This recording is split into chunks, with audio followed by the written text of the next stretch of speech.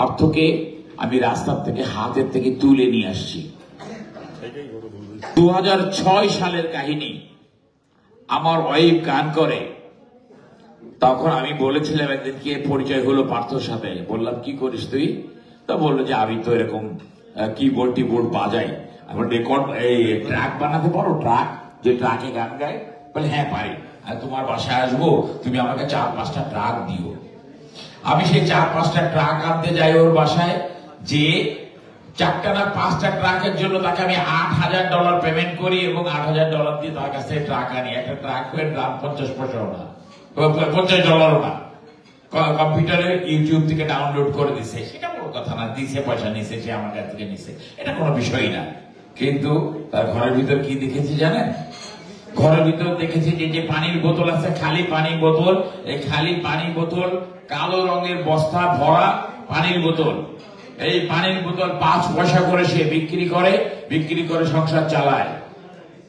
আমি তাকে ওখান থেকে ধরে নিয়ে আসছি, নিয়ে এসে তাকে আস্তে আস্তে আস্তে আস্তে মিউজিশিয়ান বানাইছি। তাকে একটা গ্রিন ক্যাবের পারমিট এনে দিয়েছি। আমি নিজে, ইন্স্যুরেন্স হয় না, তার রেকর্ড প্রচন্ড খারাপ।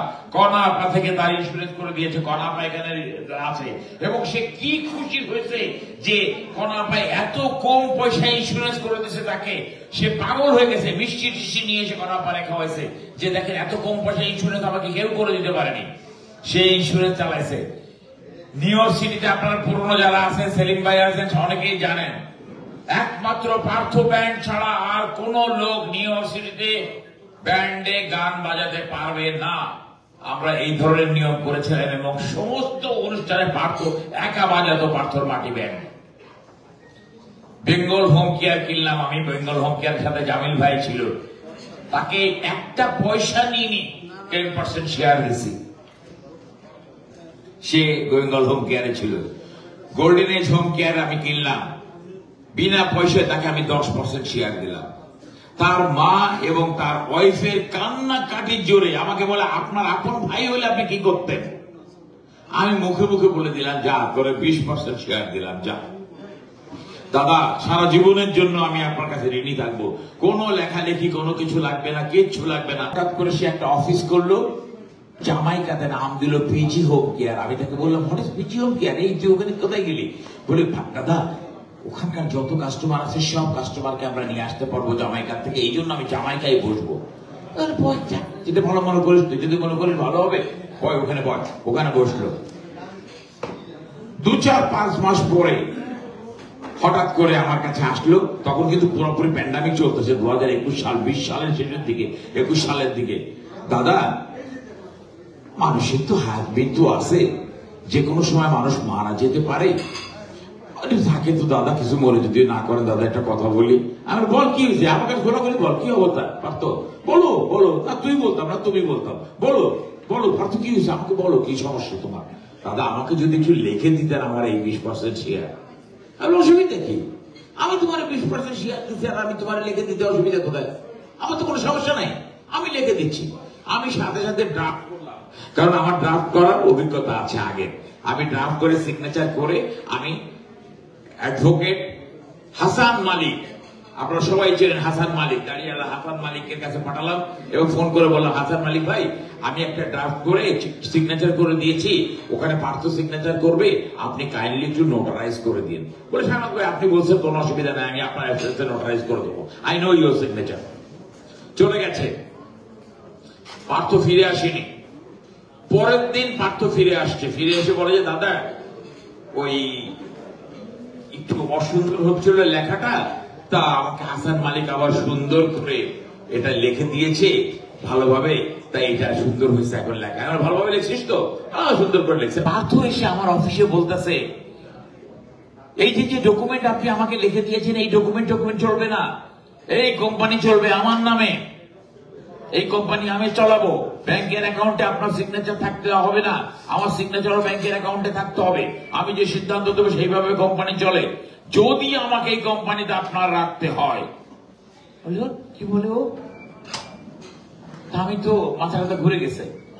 আসিফ বাড়ি টুটুল, গিয়াস আহমেদ আর 2 জন অ্যাটর্নিকে সাথে করে নিয়ে আসছে। একজন অ্যাটর্নি হল হাসান মালিক, যে ওই যে তার এগ্রিমেন্ট চেঞ্জ করে দিছে, আর নিয়ে আসছে একজনকে আহসান হাবিব নাম করে, নতুন একজন অ্যাটর্নি, উনি নাকি রাস্তা দিয়ে হেঁটে যাচ্ছিল, পার্থ তার হাত ধরে টেনে নিয়ে আসছে। তা আমাকে জিজ্ঞেস করা হলো আপনার মতামত কি? আমি বললাম আমার মতামত দুনিয়া উল্টে যাবে, পার্থ আর আমার পার্টনার থাকবে না। নমস্কার, নিউ ইয়র্ক থেকে বলছি পার্থ গুপ্ত। একটু আগে আমি লাইভে দেখলাম মিস্টার শাহনওয়াজ লাইভে আমার নামে কতগুলো মিথ্যে মিথ্যে কথা বলছে। উনি একজন মিথ্যাবাদী, সবাই জানে। আমি বলতে চাইছিলাম না এসব কথা। লাস্ট 5 ইয়ার্স আমি আমার বিজনেস নিয়ে, আমার কাজ নিয়ে, আমার মিউজিক নিয়ে আমি আছি।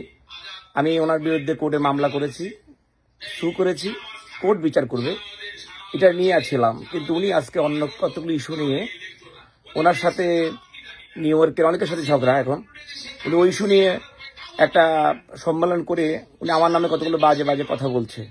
উনি বলছে উনি নাকি আমাকে 2006 থেকে চেনে। উনি এখানে এসছে 6, 7, 8, 9, 10, 12 পর্যন্ত ওনাকে আমি চিনতাম না। আমি 2006-এ এখানে এসছি এবং আমি কি করেছি নিয়োগবাসী জানে। আমি আমার ভাইয়ের স্টোরে আমি কাজ করেছি এবং আমি ম্যানহাটনে প্রথমে 2-3 মাস, এরপর আমি মিউজিক করেছি। আমি এখানে লাগোরিয়াতে পড়াশোনা করেছি এবং গিয়াসবাড়ি থেকে শুরু করে নিউ ইয়র্কের 2008 আমি এখানে ফোবানা করেছিলাম। সো সবাই জানে। বাট এই লোকটা, আমি এই লোকটার সাথে কথা বলতে চাই না। এই লোকটার কোনো বিষয়ে আমি চাই না যে নাক গলায়, কারণ ওনাকে আমি কি বলবো, মানে আমি হেট করি। বিকজ উনি হেট করার মতো একটা লোক, মিথ্যাবাদী 100%। এবং উনি এখন লাইভে দাঁড়িয়ে দাঁড়িয়ে মিথ্যা বলছে। উনি নাকি আমার অফিসে গেছে, আমার বাসায় গেছে, আমার বাসায় বোতল দেখছে। 2006 ওনার সাথে পরিচয় ছিল। ওনার সাথে পরিচয় হলো আমার 2000 আই বিলিভ 13-এ একটা গাড়ির বিষয়, ইন্স্যুরেন্সের ব্যাপার নিয়ে। এবং 2 টাইমস পরে গিয়ে আমি ইন্স্যুরেন্সটা করি 14-এ। সো এরপর 2-3 মাস তার সঙ্গে সম্পর্ক, তার ফ্যামিলি আমার বাসায় আসে, গান বাজনা শিখে, ব্লা ব্লা ব্লা ব্লা। বাট বেঙ্গল হোম কেয়ারের কথা উঠেছে। বেঙ্গল হোম কেয়ার, আমি তখন সিএনটির সাথে কাজ করি, আমি জেমস ভাইয়ের সাথে কাজ করি। উনি আমাকে বুদ্ধি দিল, হ্যাঁ তুমি আমার সাথে কাজ করো, আমাদের একটা লাইসেন্স আছে জামিলের, এই সেই। আমি ঠিক আছে, তোমাকে 10% শেয়ার দেবো। হ্যাঁ, 10% শেয়ার আমাকে দিয়েছে, আমি কাজ করেছি একসাথে। আমরা কোম্পানিটাকে, ওনার কিছু জানতো না হোম কেয়ারটা জানতাম আমি। সো এরপরে হোম কেয়ার যখন একটু ভালো হলো, টাকা পয়সা আসতেছে, উনি বললো না আমরা আর একটা হোম কেয়ার কিনি, গোল্ডেন এস্কো। ওকে গোল্ডেন এস্ক কিনেন। তারপর উনি কিনলো, আমাকে সবাই নিল 20% শেয়ারে। উনি বলছে আমাকে উনি ফ্রি শেয়ার দিছে। উনি আমার থেকে যে চেক নিচ্ছে, ওই চেকের কপি আমি পাঠাবো, আমি লাইভের মধ্যে দেবো। সো ওই 75,000 টাকা এবং 1,000 টাকা ক্রেডিট কার্ড, 76,000 টাকা নিচ্ছে। এবং পুরো কোম্পানিটা আমি সবকিছু টেক কেয়ার করছি। উনি কিন্তু হোম কেয়ার তখন ওর কোম্পানির প্রতি জড়িত না, উনি ফোবানা এই সেগুলো নিয়ে ব্যস্ত। হ্যাঁ, আমি সব কাজ করেছি। তো এরপরে উনি উনি সমাজের সবার সাথে ঝগড়াঝাটি, এটা সেটা, জ্যাকসন আইটি বিজনেস এই ঝামেলা ওইগুলো নিয়ে উনি আছে।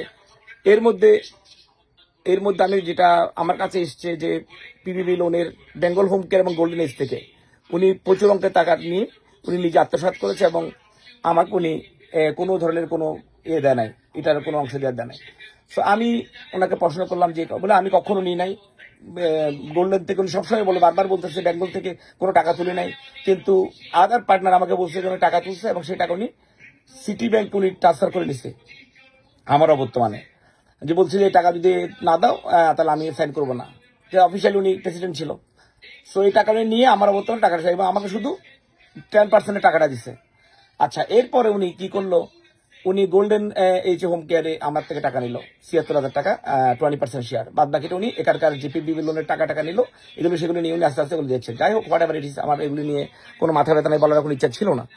কিন্তু উনি বারবার আমার নামটা কেন তুললো লাইভের মধ্যে? কারণ আমার সাথে ওনার সাথে আজকে 4 ইয়ার্সের কোনো যোগাযোগ, উনি আমার সাথে যা করছে তখন আমার শেষ।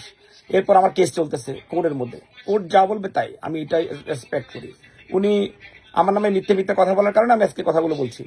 সো উনি বলছে আমাকে রাস্তা থেকে তুলে নিয়ে আসছে। আচ্ছা, আমি যখন 2006-এ আসি, আমি দেশে মিউজিক করি, এখানে ব্যান্ড তৈরি করি, এখানে সবাই জানে, এখানে তানভীর শাহিন ভাই ওরা জানে, বকুল ভাইয়েরা জানে আমি কত মিউজিক। তখন শাহনওয়াজকে কেউ চিনত না নিউ ইয়র্ক সিটির মধ্যে। শাহনাজকে চিনতো হচ্ছে 2013 কেউ চিনতো না, এক টুকটাক মানুষ চিনতো, কিছু কিছু লোক চিনতো, কিন্তু উনি সবার পরিচিত হয়েছে স্পন্সর করে এটা সেটা করে 19 পরে গিয়ে ভালো মতো, সেটা সবাই জানে, এইটা আমার নিজের বলতে হবে না।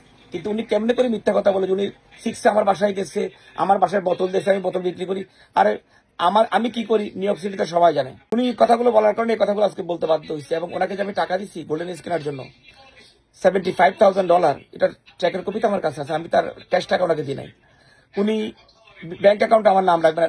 একটা লোক যখন 20% পার্টনার হবে তখন ডিপার্টমেন্ট অফ হেলথে তার নাম দিতে হয়, ব্যাংক অ্যাকাউন্টে তার নাম দিতে হয়। উনি কোনো কিছু না করে উনি চাইছিল আমাকে আরেকবার ঠকাবে, কিন্তু আমাকে যখন সবাই বললো, নাম বলবো না আমি, যে উনি পিবি লোন নিয়ে যখন এটা করছে এখানে শুনি করতে পারে, তখন আমি যেটা করছি আমি ওনাকে ডাইরেক্ট বলছি, ভাই আমার দরকার নাই, যদি আমাকে রাখতে হয় তাহলে আমার প্রপারলি রাখেন, আর যদি না রাখতে হয় আমার টাকাটা দেন, আমি থাকবো না।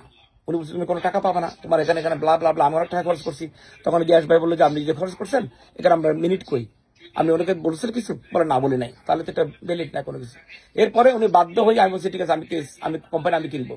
উনি বাধ্য হয়ে কোম্পানি আমার টাকাটা আমাকে অনলি 3 বছর আমি কষ্ট করছি এই কোম্পানির জন্য, 3 বছর আমি কোম্পানিটাকে তৈরি করছি। উনি 3 বছর না 20 থেকে শুরু করে 20 মার্চ থেকে এই কোম্পানি, মার্চের পরে 21 সালের আপনার মার্চ মাসে ওনার সাথে আমার সম্পর্ক শেষ। তো এই পুরো দিনটা আমি কোম্পানির জন্য কাজ করেছি। আমি কোনো কোম্পানির কোনো ভ্যালু বেশি বেড়েছে কিচ্ছু আমি নিই নাই, কিন্তু আমি শান্তি চাই, আমি এগুলোর সঙ্গে থাকতে চাই না। আমি বুঝে গেছি উনি কি ধরনের মানুষ। এরপরে গিয়া উনি 3-4 মাস পর আমার নামে একটা মিথ্যা মামলা করলো, আমি মামলায় জিতলাম, ওনার বিরুদ্ধে আমি মামলা করলাম, এখনো মামলা চলতেছে। আমি এই দেশের আইনকে সম্মান করি, এই দেশের আইনকে আমি শ্রদ্ধা করি, এই জন্য আমি কোনো কিছুতে আর নাই। এরপর উনি আজকে আবার লাইভের মধ্যে ফোন করে আমার নামে মিথ্যা কথা বলছে যে 6 আমার সাথে পরিচয়। আরে 6 তো ওনাকে চিনেও না, ওনাকে চিনে আমি থাকিনি। 6 শাহনাজ বন্ধু কোনো প্রাণী এই নিউ ইয়র্ক সিটিতে কেউ চেনে না। তখন আমি চিনতাম গিয়াস ভাই, তখন আমি চিনতাম ডক্টর মাসুদ ভাই, তখন আমি চিনতাম ডক্টর বর্ণালী হাসান, এদের সঙ্গে আমার পরিচয়, এদের সঙ্গে আমার কাজ কাম, আমি গান বাজনা করি, কাউকে গান প্র্যাকটিস করাই, আমার বাসায় কেউ আসে গানের সাথে। তখন নতুন এদেশে কোনো ব্যান্ড ছিল না ওরকম, হ্যাঁ এই দেশে যারা ব্যান্ড ছিল তারা এইভাবে সবার সাথে বাজাতো না। আমি একটা ছোটখাটো ব্যান্ড করে সবার সাথে বাজানো শুরু করলাম, সবাই জানে সেটা। এই দেশে আমি মিউজিকটাকে অনেক টুকে এগিয়ে নিয়ে গেছি, আজকে অনেক মিউজিশিয়ান এসছে, অনেকে কাজ করতেছে এখানে, কিন্তু প্রথম তো আমি এটা ব্যান্ড বানাচ্ছি, বা আমার আগে কিছু কাজ করেছে সবাই, কিন্তু একটা কিবোর্ডিস্ট বা একটা যে মিউজিকটাকে যে স্ট্রংলি করা এটা কিন্তু আমি করেছি। সো উনাকে আমি এটাই বলতে চাই, উনি যদি মিথ্যা কথা বলে বারবার, ওনার সবকিছু জিনিস আমরা কারো বদনাম করা আমি লাইক করি না, কিন্তু উনি যদি সব কথা বলে আমাকে বারবার তাহলে আমি কিন্তু ওনার সবকিছু বলতে বাধ্য হব। Don't forget to like, share and follow Awaz Video on Facebook, YouTube and Instagram. For breaking news and more, head over to www.awazvideo.us.